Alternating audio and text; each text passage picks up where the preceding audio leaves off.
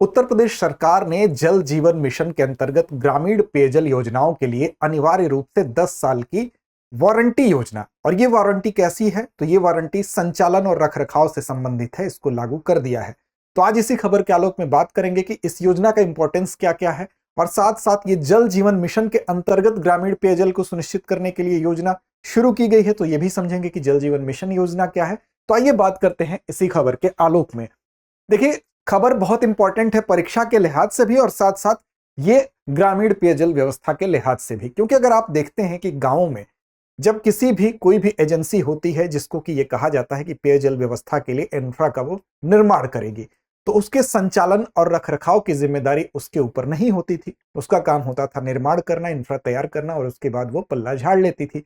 लेकिन इस व्यवस्था के बाद क्या होगा कि कोई भी इस तरह का इंफ्रा जो बनेगा, अब उसके ऑपरेशन और उसके मेंटेनेंस दोनों की जिम्मेदारी उस एजेंसी के ऊपर डालने से अब उस पे किसी भी खराब गुणवत्ता के इंफ्रा से बचेंगी कंपनियां, क्योंकि ये अनिवार्य रूप से है, अनिवार्य रूप से एक वारंटी योजना है। तो इसका मतलब कि उन कंपनियों पर कानूनी रूप से कार्रवाई भी हो सकती है। अब देखिए, गांव में उदाहरण के तौर पर समझिए कि गांव में जैसे कोई ओवरहेड टैंक का निर्माण हुआ, अब उस ओवरहेड टैंक का निर्माण हुआ, पाइपलाइन बनी, अब इसमें 2 या 3 साल बाद किसी भी तरह की खामी आती है, तो ग्रामीण समुदाय के लोग इसकी सूचना देंगे उस एजेंसी को। अब उस एजेंसी की ये जिम्मेदारी है जिसने इस ओवरहेड टैंक या पाइपलाइन का निर्माण किया है, तो अब वो इसको आएगी, मेंटेन करेगी। यानी कि सिर्फ और सिर्फ इंफ्रास्ट्रक्चर का, यानी कि निर्माण उन्मुख जो अप्रोच था, अब वो अप्रोच बदल गया। यानी कि दीर्घकालिक सेवा उन्मुख और समुदाय संचालित जो प्रबंधन मॉडल है उसको यहां पर अपनाया गया है। यानी कि पंप अगर 2-3 साल बाद खराब होगा तो भी वो कंपनी आएगी और उसको ठीक करेगी। अब ये क्या है इस योजना के अंतर्गत अन्य प्रमुख बातें, तो देखिए, ये 10 वर्ष की ऑपरेशन एंड मेंटेनेंस वारंटी है। यानी कि उसका ऑपरेशन या उसका संचालन भी 10 साल तक ठीक तरीके से होना चाहिए और उसको मेंटेन भी किया जाना चाहिए। यानी सिर्फ बना देने से कहीं पर इंफ्रास्ट्रक्चर जिम्मेदारी समाप्त नहीं होती है, क्योंकि ऐसी दशा में क्या होता है, कई बार खराब गुणवत्ता की चीजें देखने को मिलती हैं। लेकिन चूंकि ये अनिवार्य रूप से वारंटी लागू की गई है तो कानूनी ढांचे के अंतर्गत आएगी, तो अब उनके अंदर भी, एजेंसियों के अंदर भी एक तरह का भय होगा कि वो ठीक तरीके से काम नहीं करेंगे, तो उनके ऊपर कानूनी कार्रवाई भी हो सकती है। अब इसमें देखिए, त्रिपक्षीय समझौता है, और इस तीन पक्षीय समझौते में कौन कौन शामिल है, तो पहला इसमें ग्राम जल व स्वच्छता समिति शामिल है। ठीक है, तो पहले तौर पर आप देख सकते हैं कि ग्राम जल व स्वच्छता समिति, ठीक। इसके बाद दूसरा कौन सा पक्ष इसमें शामिल है, तो दूसरा यहां पर जल निगम शामिल है, तो दूसरा इसमें जल निगम हो गया, ठीक। इसके बाद अब तीसरा पक्ष कौन सा है, तो तीसरा पक्ष यहां पर है VWSC यानी कि विलेज वाटर सैनिटेशन कमेटी जो बनाई जाती है, जो जल जीवन मिशन के अंतर्गत ही VWSE। अब देखिए, विलेज वाटर सैनिटेशन कमेटी पर भी बात करेंगे। दरअसल ये जो कमेटी बनाई जाती है, ये क्यों बनाई जाती है, तो जल जीवन मिशन के अंतर्गत जो समुदाय संचालित प्रबंधन मॉडल है उसी का ये उदाहरण है, उसको भी बात करेंगे, उस पर भी। साथ साथ इसमें एक जल अर्पण पहल भी शुरू की गई है जल जीवन मिशन के अंतर्गत ही। तो ये पूरी की पूरी जो वारंटी योजना है ग्रामीण पेयजल को सुनिश्चित करने के लिए, उत्तर प्रदेश सरकार ने जल जीवन मिशन के अंतर्गत ही शुरू किया है, ताकि ग्रामीण पेयजल योजनाओं के लिए अनिवार्य रूप से 10 साल की वारंटी दी जा सके। तो आइए जरा जानते हैं और बात करते हैं कि जल जीवन मिशन क्या है। जल जीवन मिशन की अगर बात करेंगे तो इसकी शुरुआत हुई थी 15 अगस्त 2019 को। कब हुई थी? 15 अगस्त 2019 को। तो ये तिथि भी आपको याद रखना है, जल जीवन मिशन की शुरुआत जब हुई थी 15 अगस्त 2019 को।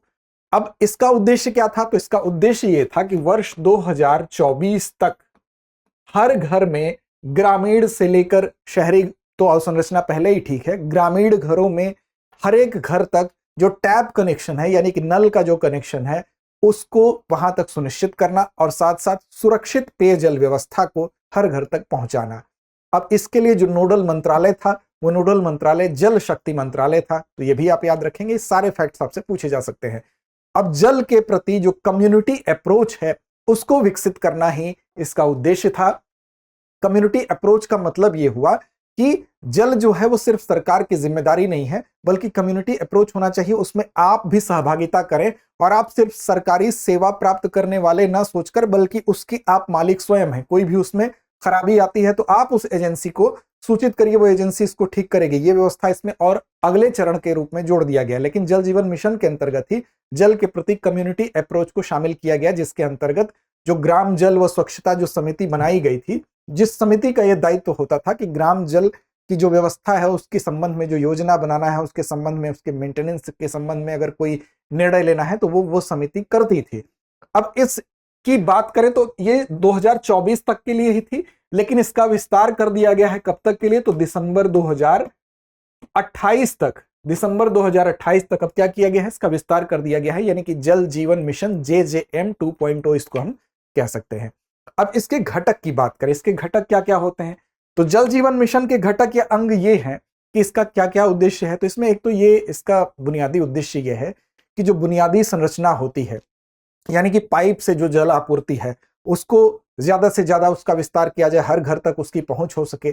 साथ ही साथ इस योजना की बात करें तो इसमें नीचे से ऊपर की ये योजना है, यानी कि योजना बनने से लेकर ऑपरेशन और मेंटेनेंस से लेकर इसमें सामुदायिक भागीदारी दिखनी चाहिए, यानी कि सबकी इसमें भागीदारी होनी चाहिए। चाहे वो योजना बनाना हो, रखरखाव हो, उसमें स्थानीय जो लोग हैं, स्थानीय समुदाय हो, उसकी सक्रिय भागीदारी को प्राथमिकता देना इसका उद्देश्य है। और हर घर तक नल का कनेक्शन पहुंचाना है, यानी ग्रामीण परिवार को उनके घर के भीतर सुरक्षित पेयजल आपूर्ति सुनिश्चित हो सके।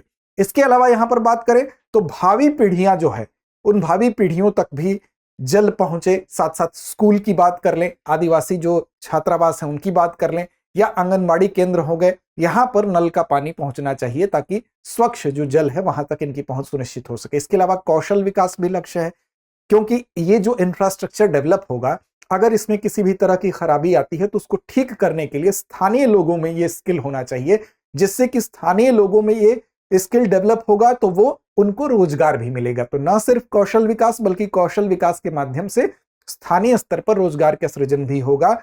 तो स्थानीय लोग जल आपूर्ति के संबंध में जो संरचना निर्माण है उसमें स्किल्ड भी हो, और साथ साथ इसके लिए रोजगार भी वहां पर उपलब्ध हो सके। तो इसमें स्थिरता, स्वास्थ्य और भविष्य की सुरक्षा का भी घटक है, यानी कि जल की गुणवत्ता अगर अच्छी होगी तो ग्रामीण क्षेत्रों में विशेष तौर पर जो स्वास्थ्य है उसके संबंध में भी और बेहतर स्थिति देखी जा सकती है, क्योंकि बहुत सारे ऐसे रोग होते हैं जो प्रदूषित जल पीने की वजह से होते हैं।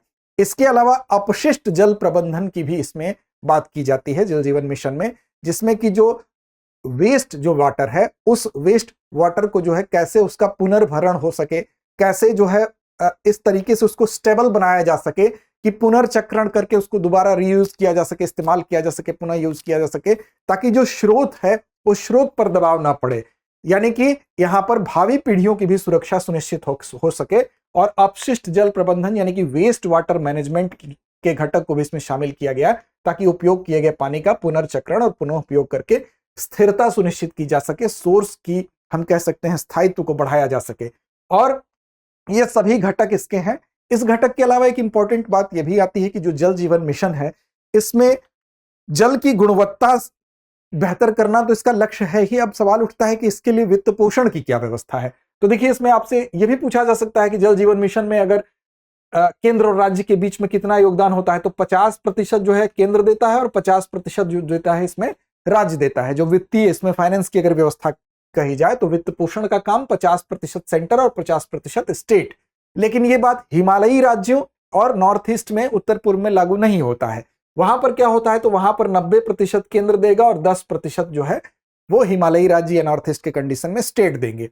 और यही अगर केंद्र शासित प्रदेश होगा यानी यूटी होगी तो 100% जो है वित्त पोषण किसके द्वारा किया जाएगा, वो सेंट्रल गवर्नमेंट के द्वारा किया जाएगा। तो ये जल जीवन मिशन है, और इसी जल जीवन मिशन के इन तमाम घटकों के अंतर्गत, इन तमाम उद्देश्यों के अंतर्गत ही उत्तर प्रदेश सरकार ने जल जीवन मिशन के अंतर्गत ग्रामीण पेयजल योजनाओं के लिए अनिवार्य रूप से 10 वर्ष के संचालन और रखरखाव यानी कि ऑपरेशनल एंड मेंटेनेंस वारंटी लागू की है। ये आज की हमारी खबर थी। आगे बढ़ेंगे, लेकिन उससे पहले आपको बता देंगे, अगर आप तैयारी कर रहे हैं यूपीपीसीएस की और चाहते हैं आगामी परीक्षा 6 दिसंबर की परीक्षा को क्रैक करना, तो आप जुड़ सकते हैं हमारे यूपीपीसीएस प्रीलिम्स इस लाइव ऑनलाइन कोर्स से। अब इस कोर्स की खासियत यह है कि इस कोर्स में आपको पूरी तरह से प्रीलिम्स ओरिएंटेड पढ़ाई यहां पर देखने को मिलेगी। उसी तरीके का आपको निर्देशन मिलेगा हमारी एक्सपर्ट टीम के साथ। UPPCS prelims live online course की बात करें तो ये हिंदी और इंग्लिश दोनों माध्यम में उपलब्ध है और इस कोर्स की वैलिडिटी 12 मंथ की होती है।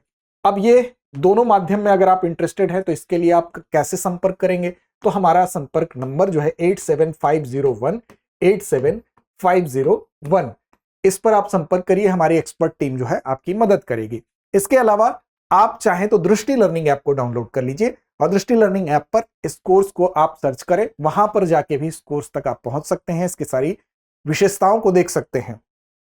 आगे बढ़ेंगे और बात करेंगे अभ्यास प्रश्न पर, और इसकी जिम्मेदारी हमेशा की तरह होती है आप पर, तो इसका जवाब कमेंट बॉक्स में दीजिए। उत्तर प्रदेश सरकार ने ग्रामीण पेयजल योजनाओं के लिए कितने वर्ष की अनिवार्य O&M वारंटी लागू की है, यानी कि ऑपरेशनल एंड मेंटेनेंस वारंटी लागू की है? 5 वर्ष, 7 वर्ष, 10 वर्ष या 15 वर्ष?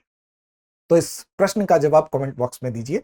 चैनल को सब्सक्राइब नहीं किया तो कर लीजिए। लड़ते रहिए, अपने लक्ष्य की ओर बढ़ते रहिए। अब एग्जाम की तैयारी को और बेहतर करने के लिए हमारे चैनल को लाइक, शेयर और सब्सक्राइब करना ना भूलें।